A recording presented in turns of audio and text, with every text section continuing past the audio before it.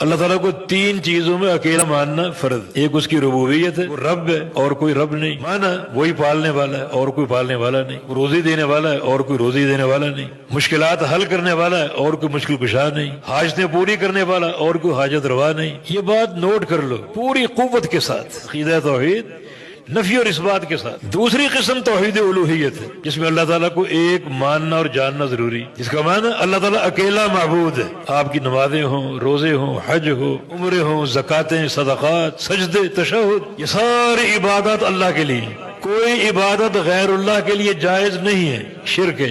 نبی علیہ السلام نے عربی لغت میں دعوت دی تھی اپنی قوم کو، عربی جانتے تھے۔ انہوں نے نبی علیہ السلام کی دعوت سے کیا سمجھا؟ آپ کوہ صفا پر کھڑے ہیں اور آپ کی پہلی دعوت، ایھا الناس قولوا لا الہ الا اللہ تفلحوا، کہ لوگو لا الہ الا اللہ پڑھ لو فلاح پا جاؤ گے۔ یہ آپ کی پہلی دعوت کہ کفار قریش کی بات، اس کو اگر مان لیں تو اس کا معنی معبود صرف ایک ہی ہے۔ یہ ہمارے لات اور منات اور عزا، خانہ کعبہ کے 360 خدا، یہ کہاں جائیں گے؟ اس کا معنی ایک ہی اللہ، ایک ہی الہ ہے۔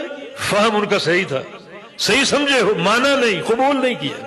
آج قبول ہے، فہم نہیں۔ قدم قدم پر درگاہیں آپ کو ملیں گی، قدم قدم پر غیر اللہ کو پوجا جا رہا ہے، پکارا جا رہا ہے۔ فلاں مشکل کشا، فلاں حاجت روا، فلاں کے نام قربانی، فلاں کے نام ذبح، قبول ہے، فہم نہیں۔ عقیدہ توحید قبول کے ساتھ اور صحیح فہم کے ساتھ۔ نفی کیا ہے؟ لا الہ، کوئی معبود نہیں ہے، تو اس نفی کو سمجھو، ورنہ کوئی معبود نہیں، نہ کوئی زندہ، نہ کوئی فوت شدہ، نہ زمین کے اوپر، نہ زمین کے اندر، نہ کوئی فضاؤں میں، نہ آسمانوں میں، کوئی معبود نہیں۔ یہ لا نے ہر معبود کی نفی کر دی، اور الا اللہ ایک چیز کو ثابت کر رہا ہے، صرف اللہ ہی معبود حق ہے، سچا معبود، بس۔